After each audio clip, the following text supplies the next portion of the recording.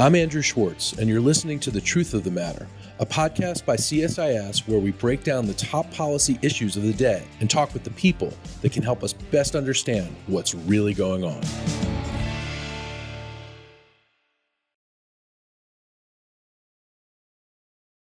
To get to the truth of the matter about the recent visit of Xi Jinping to Vladimir Putin in Russia, we have with us two really special guests from CSIS.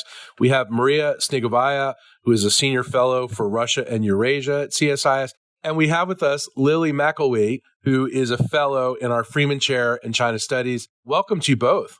So I want to start by asking you, Lily, this week's visit by Xi Jinping marks the 40th meeting between Putin and Xi since the Chinese leader came to power in 2012. He's met with Putin more than any other leader.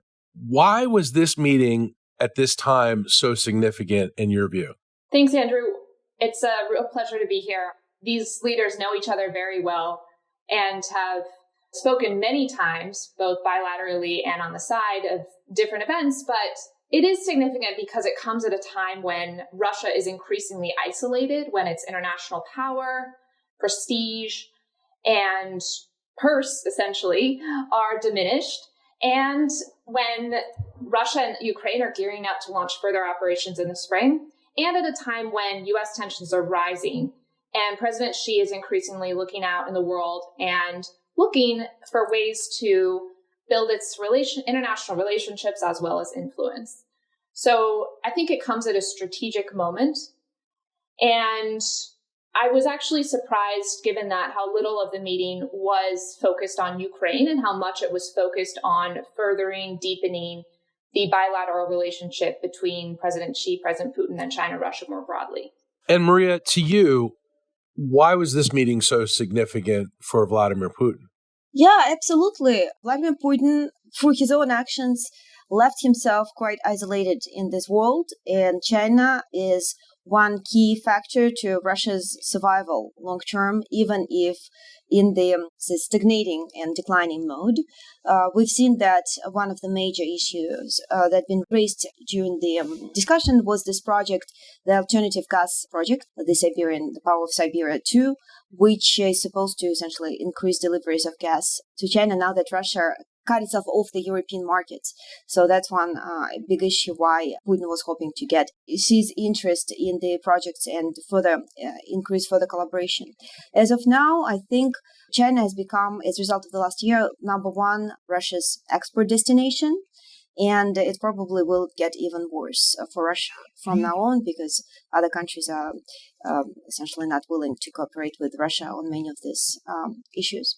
Bloomberg, however, has reported just recently that there is no indication that China is interested to increase the supplies of gas from Russia. So allegedly, this visit was not as successful as Putin was hoping to be. Before I get to what I think is probably the real question, which is, are we looking at a new Cold War between the United States and China and Russia? I want to just ask, what were the actual takeaways from this summit? Love to hear both of your perspectives on this.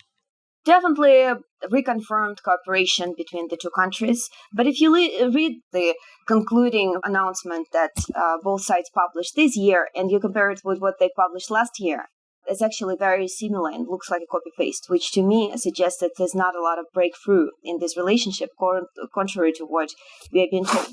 Overall, the key symbolical importance for Russia is that despite the fact that Putin is now and essentially is charged with horrible crimes by the international court, they still apparently political leaders and very influential political leaders who do not shy away from going to Russia and meeting him. So symbolically, that's important. It's his opposition to the West, to the collective West, as the Russian propaganda likes to call it. In terms of specific achievements when it comes to collaboration, we don't really know what happens with the munition supplies, which Russia really needs from China, and that's really a big deal for it. There was no announcement made, so there is reasons to believe that China is reluctant to increase supplies of munition to Russia to avoid becoming a recipient of the sanctions from the West. As I mentioned already, when it comes to the gas, it looks like Putin was unable to convince China to further increase supplies of the Russian gas, which is bad for Russia in the long term, because, as I mentioned, there are not a lot of other markets. Looking at the overall trade between the two countries, it's been increasing, and it's clear that in the long term, Russia becoming more and more dependent on China, the trend that already existed before this war, but after the war, of course, accelerated to an unprecedented scale. These are essentially the major takeaways. I think overall, symbolically, it's important for Putin, but in terms of material achievements, not so successful as Russia hoped. Lily, from your perspective and from China's perspective, what were the key takeaways for Beijing? I really think that Beijing came out with several key wins here.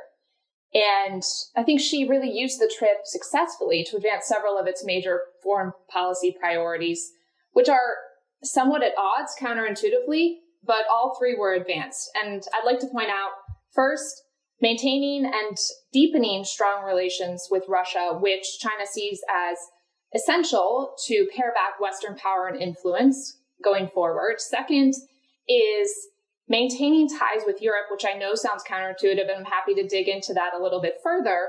But as US-China tensions rise, China arguably sees Europe as potentially a weak link in the G7 and critical to avoiding what it sees as all-out technological and economic containment. And thirdly, building influence in the global South. And I think just by having this meeting where Xi was clearly marketing himself and the meeting as a way to broker a peace in Ukraine and as an investment in being able to broker a peace in Ukraine going forward, China is keeping its hat in the game in the global South, which has been harmed economically by this war and the ensuing sanctions. So let's talk about containment for a minute, Lily. Of course, Russia believes it's being contained by Europe and NATO and by the United States. What are the things that China believes that it's being contained about? China has long seen the United States in particular as out to contain its economic development because it frames the U.S.-China relationship and the U.S.'s international position as seeking to preserve unipolarity, which has characterized the international system since the end of the Cold War.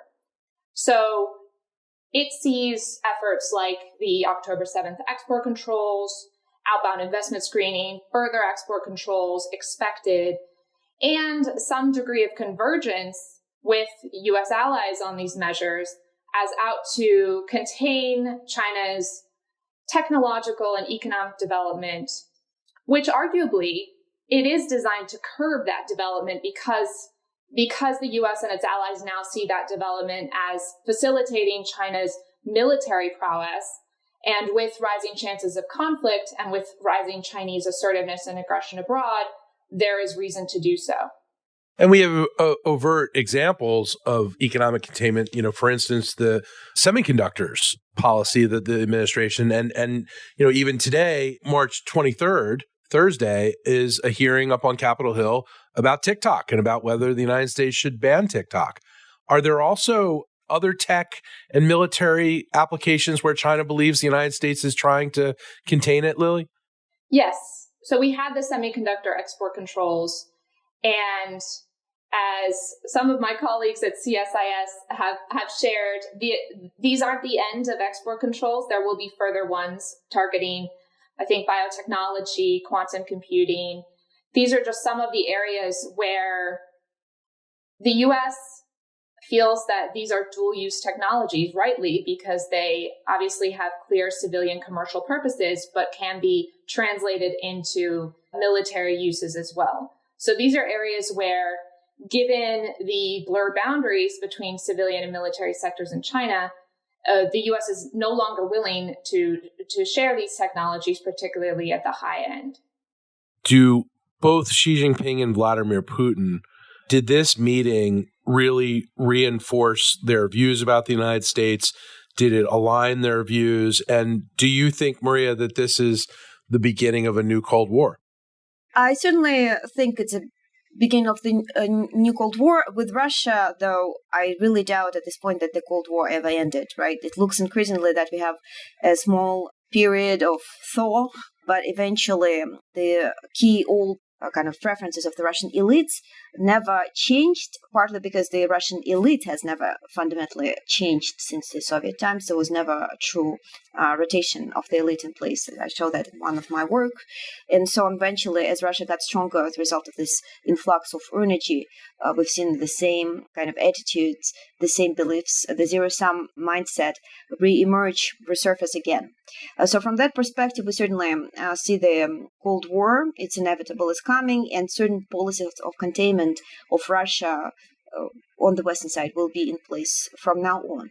For me, however, and I'm really interested in Lily's perspective on that issue, it's a question to what extent China is interested in, total contestation and opposition to the West, given this is a really serious reliance on the trade with the West. In case of Russia, it's different a little bit. There was this reliance on energy trade, which we thought would constrain Russia somewhat. But ironically, it turns out that Putin thought that will constrain the West rather than the other way around, right? And he tried to use this energy tool consistently before, but of course, going into this war, luckily, as we know now, not successfully eventually. One small takeaway, by the way, from the meeting that I forgot to mention is also the fact that contrary to previous expectations of Russia that the trade will increasingly switch from US dollar into Russian rubles, now they are only talking of Chinese currency, trading in Chinese currency, which is, again, another indication that Putin is not really getting what he wants. He is now saying, yes, I'm very happy that we are now switching to trade into yuan, but in reality, it's not at all what he was implying and saying at the start of this war. So essentially, he has to pretend things are great for him, while in reality, they're not so great at all. Lily, what are your thoughts? I tend to agree with Maria. I really, there's an argument made that the China-Russia relationship is a marriage of convenience and merely rhetorical at this stage. And I don't agree with that. I think that there are enduring strategic, economic, even security reasons why we're bound to see greater alignment going forward. And one is economic, and Maria mentioned this. Russia is a key source of energy. It improves China's energy security to have a close relationship with Russia on that. But beyond that, it's really a partner, and I think the UN-nominated trade is interesting. It's a partner in shaping and contesting the global economic and monetary order, which is a clear goal of China's. And that was advanced through the trip. They will be pursuing joint energy projects in whatever form, but expanded bilateral trade and efforts to use local, mainly UN currencies for trading, and then expansions of cooperation between the various trading blocs that each country has. But then beyond the economic front, I think a really fascinating aspect to me is the strategic front. And I would recommend to listeners an essay that Gideon Ruckman of the Financial Times wrote in January 2020 before the Ukraine war, where he talked about the ways that China and Russia are aligned in their goals for the international system. And he pointed to these two U's. There's unipolarity, so contesting the dominance of the West in terms of raw material capabilities, but also universality, this idea that Western forms of democracy, human rights are universal and should be adopted by other countries. And I think we're seeing active efforts by China to contest that idea. We've seen China come out with these different initiatives just over the past 2 years called Global Development Initiative, Security Initiative, Global Civilization Initiative. These are efforts to promote Chinese-style development practices, security practices in ways that contest those of the West. So I think we're definitely going to see greater alignment between China and Russia on that front. And in terms of this particular meeting, I do think that China came away with a dependable partner in Russia in terms of amplifying their voice in global governance institutions like the UN. So voting together, for example, proposing candidates together, as well as advancing Beijing's ongoing efforts to expand institutions like the BRICS and the Shanghai Cooperation Organization, China-centered organizations that will be important in governance going forward. So, Maria, looking ahead, what are some of the key issues or challenges that you think will shape the Russia-China relationship in years to come? First of all, in terms of capacity to fully substitute for European markets I mentioned that already. I think China has limits to that, right? For example, when it comes to this power of Siberia too, Russia is very eager to increase gas supplies to China, but China has, for example, among other suppliers, Turkmenistan, and there was actually this. Nothing of that is new. That's another thing, right? We've seen this dynamic unraveling since 2014, where Russia also kind of tries to make the best of this so-called Eastern turn that's been unraveling since then. But in reality is that there's just China is not willing to fully follow Russia's demands. Plus, Russia right now is clearly in a weaker position, so China can dictate its rules. So that's one limitation. Russia will have to keep searching for alternative markets for energy supplies, and it's unclear to what extent it will be able to fully substitute for what it lost in Europe. European markets at this point, we can probably say safely, they're lost for a long period of time. Another problem is, I think, generally this Putin is also unwilling, right, to become fully dependent on China, even if he has put himself literally in that situation through his actions. So we see this dynamic unraveling consistently, where he's kind of trying to please China, but to an extent, right? China will keep pushing, understanding that Russia is now dependent. So that probably will create some issues. In the long term, we've seen already that the duration of the visit maybe wasn't as long as originally expected. There is some speculation on that.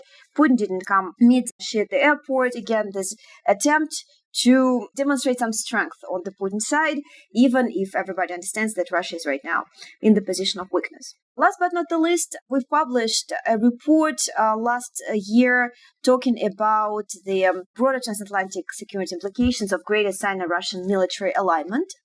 Our general conclusion that despite growing, of course, cooperation on all sorts of military and technological issues between Russia and China, there is still a pronounced degree of distrust between the two countries. There is a degree of, strain in the relationship.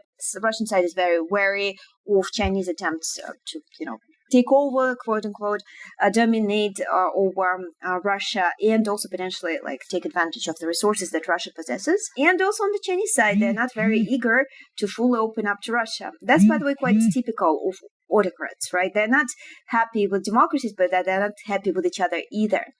That's just this natural dynamic probably will put certain limits to how far the relationship can go. And of course, the key issue on everybody's radar these days is the military assistance to Russia in this war. The munition supplies remains the key question mark, but we've seen, of course, growing cooperation on all other areas, in particular the import of semiconductors, drones, a lot of those things, not necessarily even illegal. We've seen repeatedly while working on our forthcoming report on the effect of sanctions on Russia's defense industry that a lot of the details you can literally purchase on AliExpress in Russia. So it's a version of Amazon, essentially, Chinese Amazon. So that is certainly something that Russia highly reliant on China. And of course, the big question is to what extent China will be willing to assist Russia in providing all of those supplies. Given that China probably does not want to see Russia fully defeated, a degree of cooperation and increase in cooperation will continue in that regards, but to the extent that does not hurt Chinese strategic long-term positions against the West as well. So I think China probably will avoid being sanctioned by the West, so although that cooperation will sort of try to fly under the radar. But Lily, the Chinese have tried to position themselves as the peace broker in Ukraine, which, of course, was the overarching issue in this particular summit.